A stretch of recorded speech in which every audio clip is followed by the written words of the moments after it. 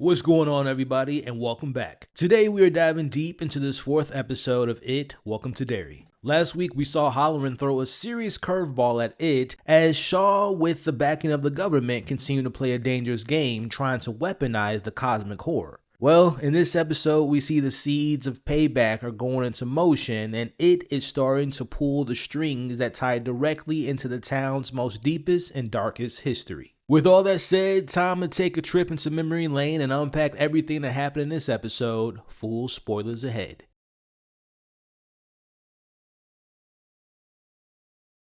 Now upstairs, we find Will is having a hard time sleeping because he can't stop thinking about what happened while fishing. Seeking a distraction, he looks into his telescope around the neighborhood. Now, nothing crazy is going on. He sees a guy walking his dog, but out of nowhere, he sees what appears to be Pennywise looking back at him as he screams and gets his parents' attention, thinking that someone's watching them now after what Charlotte did, as we watch Leroy outside yelling at his neighbors to come out. As he walks back inside, he hears something in the tree, and it's a red balloon. Now, I said it appears to be Pennywise, but what if it isn't Pennywise? You'll notice when Leroy was yelling in the streets, we got a POV of someone hiding in the corner somewhere and watching him from afar. We ain't never seen Pennywise look at someone from that POV before, so I'm thinking this is someone else. Again, this goes back to my theory about the housekeeper being Gray's daughter. Maybe that was her dressed up just like Pennywise, just like she did when she was a kid at the fair. And she's helping Pennywise by leaning on Lily and continuing to have her look for it and now scaring Will. All this building up their fear levels. One of the key things I think it might be her, and it might be that kid. Remember the hairstyle that kid dressed up as a clown? It's the same that we saw in the photo, and it's the same that we see in this scene. I don't recall ever seeing the real Pennywise hair being styled like that, especially the trailers that we've seen. Pennywise hair looks nothing like that. It looks like the way we've seen Pennywise in the 2017 and 2019 film. Now, to also support my theory, Leroy saw the balloon earlier at the lake and he's seeing the balloon in the tree, but he's yet to encounter it, and we know he doesn't have any fear, so it can't be in his head. So to me, that balloon at the lake and that balloon now in the tree, this to me means that a real person planted it there. Now, of course, this could 100% be Pennywise, but I really do believe that the housekeeper is dressed up as Pennywise and she's involved in all this is going on.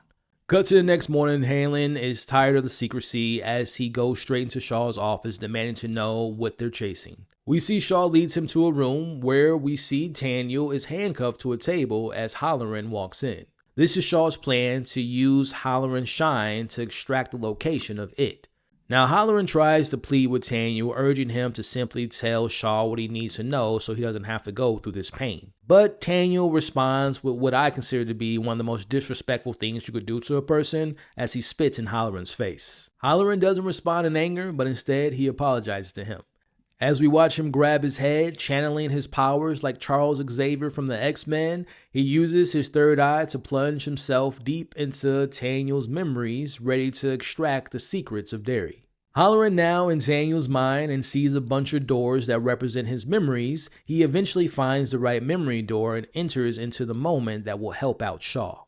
Inside, we find the kid Daniel with a young Rose here to discuss the monster in the woods. She makes him tell the story about it, or as they call it, Galoo, all began, as we watch the origins of how their ancestors fought for years against Galoo, aka it.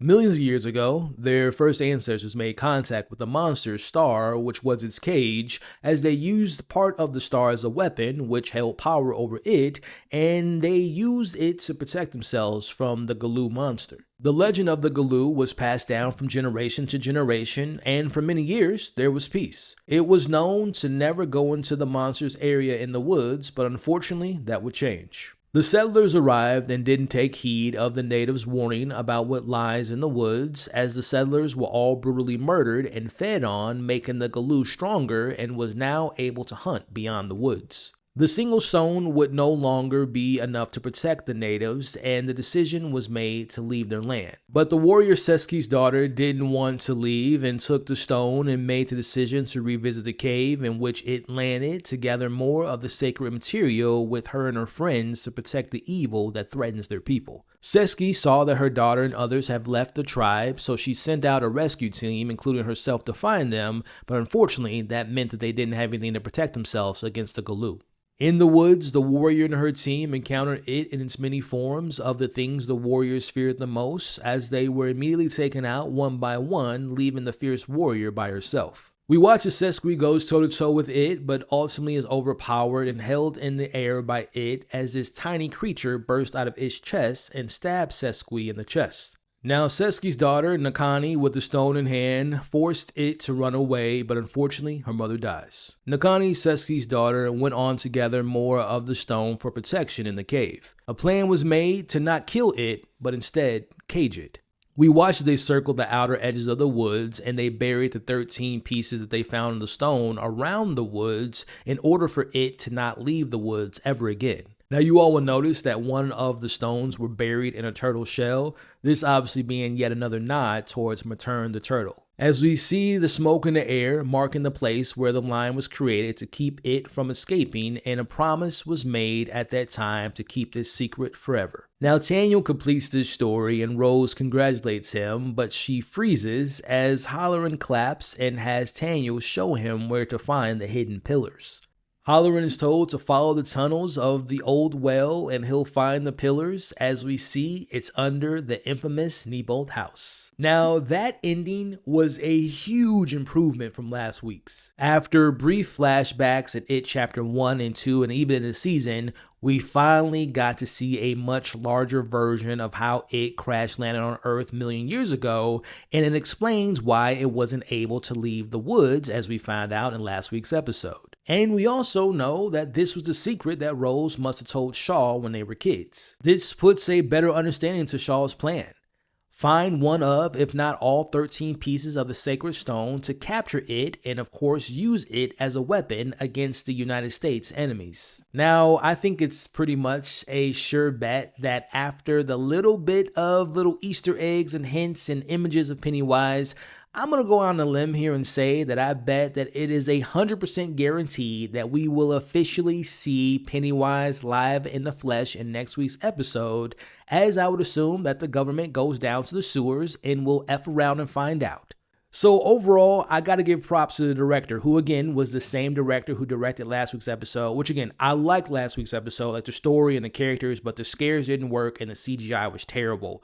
But fast forward to this week. Marge's eye scene was done well. The backstory, seeing it mutilate and destroy and kill all those people, all executed very well. Now, the thing that's been consistent in all 4 of these episodes is my level of investment in the story, but more importantly, its characters. I really enjoyed what we saw with Charlotte's side mission and freeing Hank in this week's episode. Speaking of Hank, this whole new mystery of who he's having a secret affair with and this white woman is very intriguing. The kids trying to figure out it and all their personal developments, and characters like Will and Ronnie, and of course Lily again being the most tragic character that's currently on television. Again, we are 4 episodes into this season and I am enjoying myself. There's been, minor criticisms and issues, but overall, the story's working, the characters are working, the CGI has its moments, but I'm really enjoying myself and I am excited to see what happens next. With all that being said, I think that's a great place to end this week's breakdown of episode 4 of season 1 of It, Welcome to Derry. Now, the big question is, what did you all think about this episode? Let me know your thoughts, your theories, your predictions of the weeks ahead. What deeper meanings, what Easter eggs, what was your favorite moment? What did you think about the CGI? What did you think about the backstory of it? Let's talk about it all in the comments below. Thank you all for watching or listening to this week's breakdown. If you all have made it to this point in the breakdown, I want to thank you all so much for the support. Do me a favor, the secret word of the week to put in the comments right now is #3rdeye. Now, if you all enjoyed this week's breakdown, do me a favor and hit that like button. And when you're on YouTube and you hit the like button, a hype button is going to pop up, which spreads this video to more viewers. So do me a favor, hit the like button, hit the hype button. I would appreciate it.